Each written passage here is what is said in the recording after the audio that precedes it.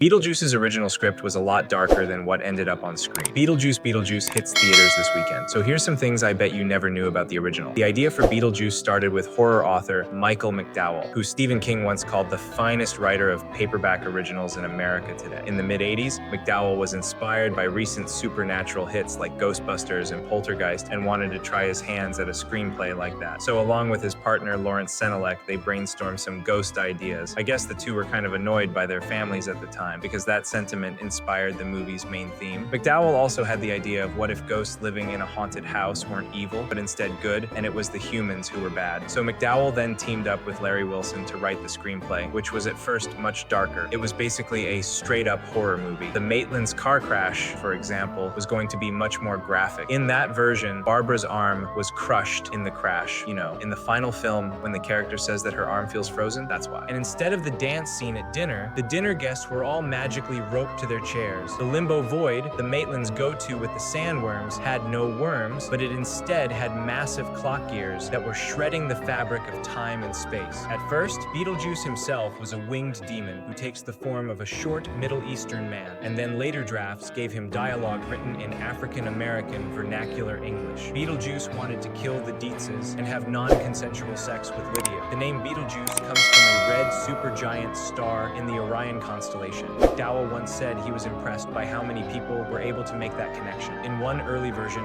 Lydia died and joined the Maitlands in the afterlife in the end of the movie, and the script was seen as a hard sell by some. Co-writer Larry Wilson, who was working in development at the time, gave the script to a Universal executive who asked him, "What are you doing with your career? This piece of weirdness. This is what you're going to go out into the world with. You're developing into a very good executive. You've got great taste in material. Why are you going to squander all that for this piece of shit?" But Wilson said they were able to sell it to Geffen not long thereafter. Meanwhile, Tim Burton was looking for future projects after his success with Pee-wee's Big Adventure in 1985. He'd been disappointed in a lot of stuff that was coming his way, thinking most scripts lacked imagination and originality. Burton knew McDowell and Wilson after they worked together on an episode of Alfred Hitchcock Presents. He read their first draft of Beetlejuice and liked it. So, while Batman was going through a prolonged development process, he signed on to Beetlejuice. Warren Scarron then came on to rewrite the script, and Tim Burton encouraged him to make it more playful. Scarron turned the tone more comedic and softened some of the movie's edges. He added the sandworm void, which was identified in the script as Saturn's moon titan, and also added the musical sequences, so he originally intended them to be set to R&B songs. For example, at the end of the movie, Lydia was going to dance to When a Man Loves a Woman. Scarron also toned down Beetlejuice, making him just a perv rather than a murderer and sexual predator. Sammy Davis Jr. was Burton's first choice for Beetlejuice. The producers also considered Dudley Moore and Sam Kinison. At one point, Burton approached Arnold Schwarzenegger for the role, but he was busy shooting The Running Man. Geffen then suggested Michael Keaton, who had done mostly TV guest spots and comedies Mr. Mom and Johnny Dangerously before that. Burton wasn't familiar with him, and Keaton wasn't even sure he wanted the role because he didn't get it. But eventually, Burton and Keaton had a meeting, and they watched each other's work, and so Keaton signed on board. Michael Keaton designed Beetlejuice's look himself, asking for mold on his face. He wanted his hair to look as if he'd been shot and have his clothes come from all different time periods. Winona Ryder beat out Sarah Jessica Parker, Brooke Shields, Lori Loughlin, Diane Lane, Molly Ringwald, Juliette Lewis, Jennifer Connelly, and Alyssa Milano for the role of Lydia. Alyssa Milano was the runner-up for the role. Ryder apparently impressed Tim Burton with her performance in Lucas. Kirstie Alley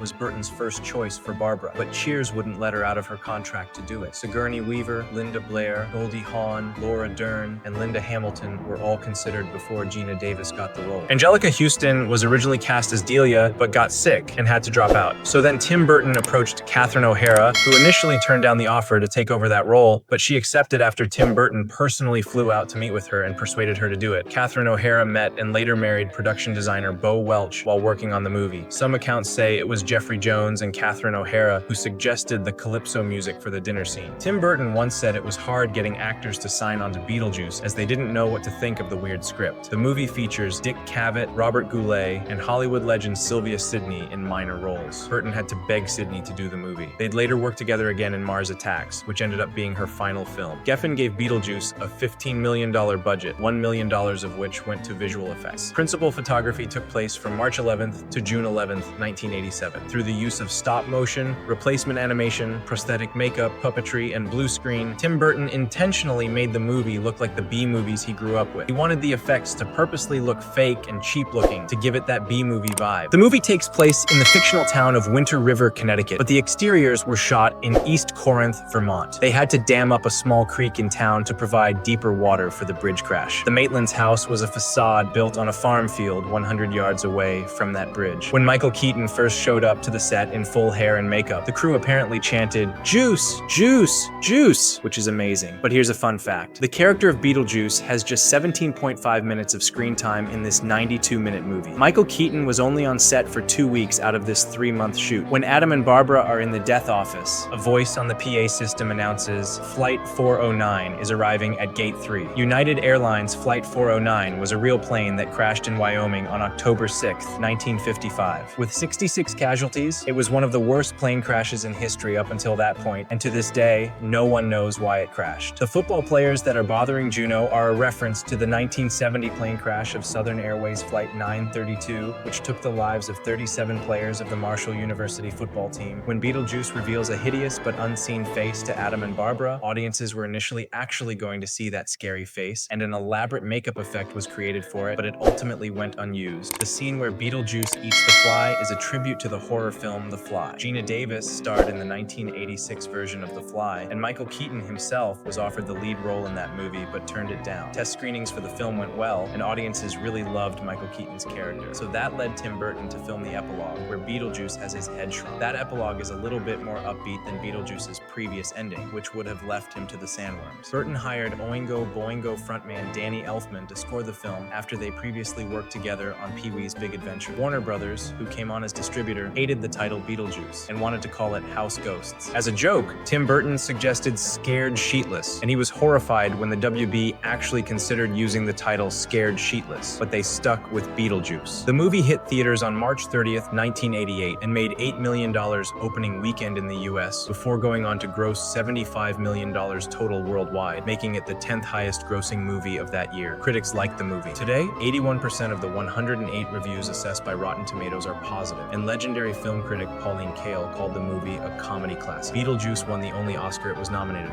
for Best Makeup, making it the first Tim Burton movie to win an Oscar. In 2008, AFI named it 88th on the list of the 100 best comedies. Harry Belafonte's Deo, the Banana Boat song, first released in 1956, received significant airplay on the radio in 1988 as a result of the movie. When Glenn Shaddix, the actor who played Otho, died in 2010, Deo was the last song played at his funeral. Hey, remember when Netflix used to send out DVDs in the mail? The first DVD Netflix ever sent out was a copy of Beetlejuice. Beetlejuice would spawn an animated series that ran for 4 seasons across ABC and Fox from 1989 to 1991. There are 94 episodes of the show total, but as of September 2024, the show is not available on any major streaming service. You can buy it digitally on Amazon and Apple. In 2019, Beetlejuice became a Broadway musical starring Alex Brightman. It shut down during the pandemic, but due to fan demand, it came back in 2022 for one more year at a different theater. It was nominated for 8 Tony Awards, but didn't win a single one. The show launched a national tour, as well as productions in South Korea, Brazil, and aboard a Norwegian cruise ship. Swedish, Czech, and Australian productions are now in the works. In October 2020, Alex Brightman voiced Beetlejuice in an episode of Teen Titans Go. The sitcom community carried out a years-long tribute to Beetlejuice. During the first 3 seasons of the show, a character said the word Beetlejuice once a season, and then, after the 3rd season mentioned, an extra in a Beetlejuice Halloween costume walked by in the background. And now, after 35 years, a sequel is heading to theaters. It's been a long road for this sequel, which was first considered in 1990. It was going to be called Beetlejuice Goes Hawaiian, and the cast was on board. But over time, Tim Burton